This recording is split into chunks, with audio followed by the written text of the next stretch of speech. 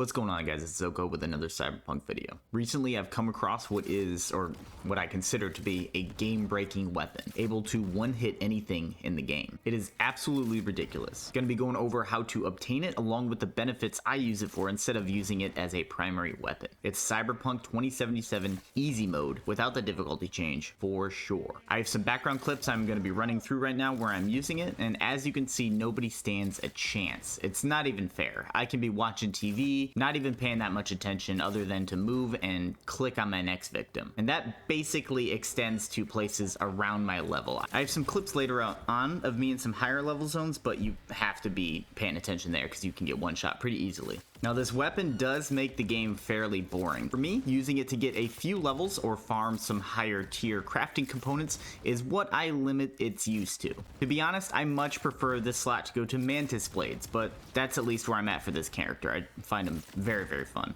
Now obviously the game-breaking weapon I am talking about is the projectile launcher cyberware with a slight alteration. You can buy this at pretty much any Ripper dock.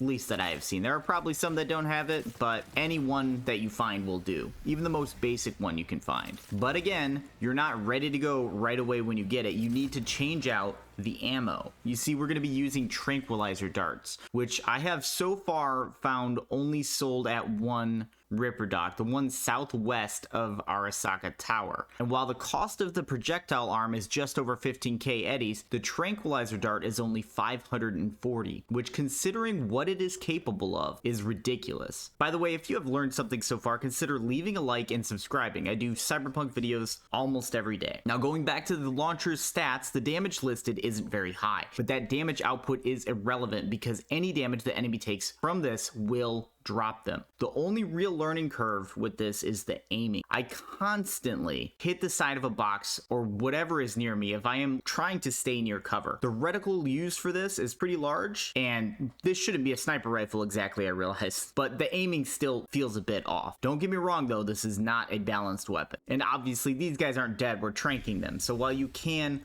loot them, and they are going to be moving around and stuff, for all intents and purposes, they might as well be dead. Also, not sure if you know this, but normally if you come up behind a guy and knock him out and then kill him afterwards, you'll get 2 batches of XP.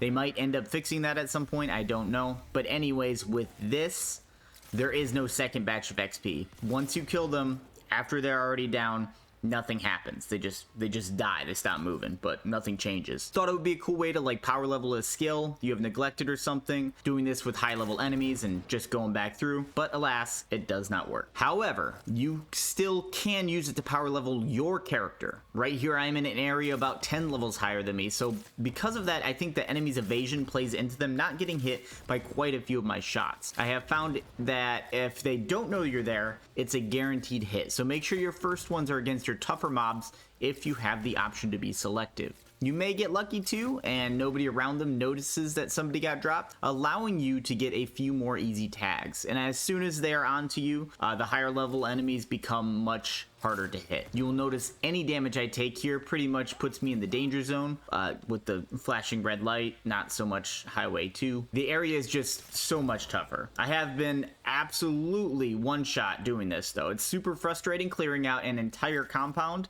and the last guy one-shots you. Oh my god, does that suck. But if you can be super cautious and play around cover, you can use this to power level your character and farm some really great items from areas far beyond your ability.